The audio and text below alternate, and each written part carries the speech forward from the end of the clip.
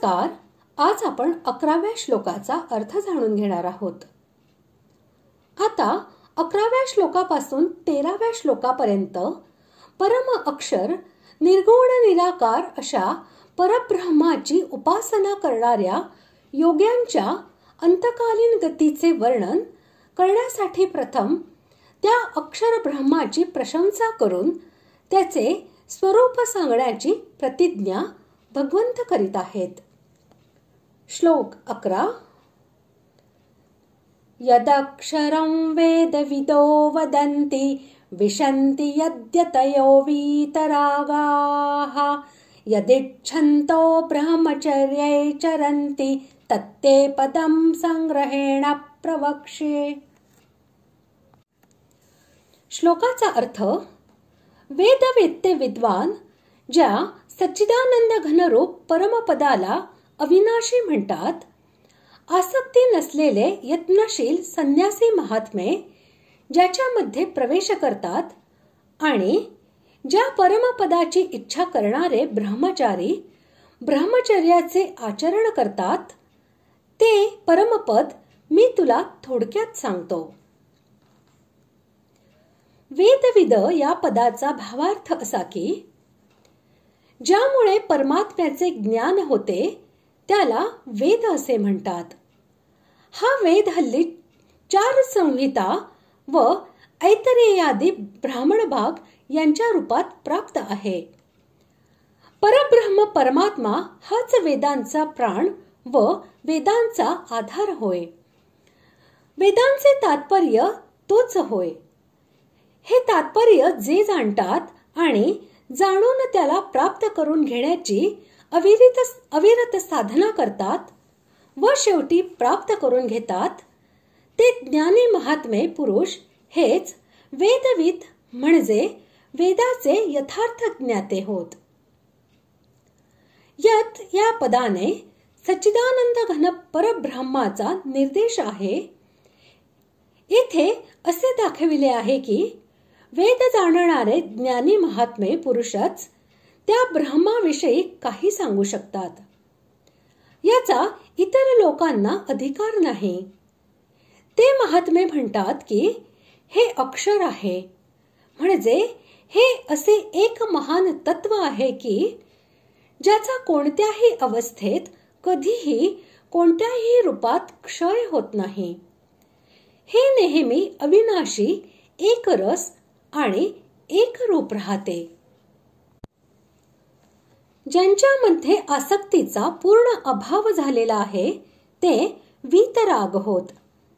असा वीतरागी तीव्र वैराग्यवान परमात्म्याच्या प्राप्तीला पात्र, ब्रह्मामध्ये स्थित असलेला, तसेच उच्च श्रेणीच्या साधनांनी संपन्न असा जो संन्यासी महात्मा आहे, त्याचे वाचक येथे यतः हे पद आहे.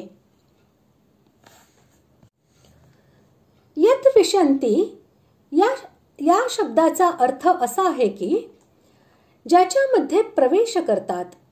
येथे यत हे पद त्या सच्चिदानंद घन परमात्म्याला उद्देशून म्हटले आहे. त्यामध्ये वरील साधन करीत करीत साधनाची परिसीमा झाल्यावर यती हे अभेद भावनेने प्रवेश करतात, असा याचा अभिप्राय आहे. येथे हे लक्षात ठेवले पाहिजे की या प्रवेशाचा अर्थ एखादा मनुष्य बाहेरून एखाद्या घरात घुसला असे नव्हे. परमात्मा हा तर आपले स्वरूप असल्याने नित्य प्राप्तच आहे. या नित्य प्राप्त तत्वामध्ये जो अप्राप्तीचा भ्रम होतो, तो अविद्यारूपी भ्रम नष्ट होणे म्हणजे त्यामध्ये प्रवेश करणे होय. ज्याच्याविषयी वेदवेत्ते लोक उपदेश करतात आणि वीतरागी असे पुरुष ज्याच्यामध्ये अभेद भावनेने प्रवेश करतात, त्याच ब्रह्माचे वाचक यत हे पद आहे. त्याच ब्रह्माला प्राप्त करून घेण्यासाठी ब्रह्मचारी हे ब्रह्मचर्य व्रताचे पालन करतात, असा या म्हणण्याचा भावार्थ समजावा.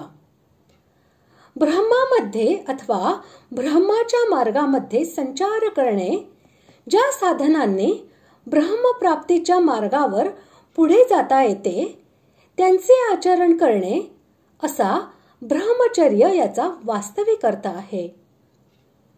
ब्रह्मचर्य आश्रमातील आश्रमधर्माच्या रूपामध्ये अवश्य पालन करण्यासाठी जी साधने सांगितली आहेत त्यांनाच ब्रह्मचर्याचे व्रत असे म्हटले जाते.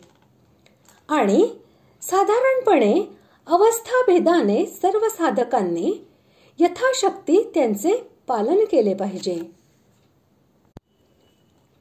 आश्रम व्यवस्थेचे ध्येय हेही ब्रह्माचीच प्राप्ती होय. ब्रह्मचर्य हा सर्वात पहिला आश्रम आहे. त्यामध्ये विशेष सावधपणे ब्रह्मचर्याच्या नियमांचे पालन करणे आवश्यक आहे. यासाठीच असे म्हटले आहे की ब्रह्माची इच्छा असणारे ब्रह्मचर्याचे आचरण करतात. ते पद मी तुला संक्षिप्तपणे सांगतो.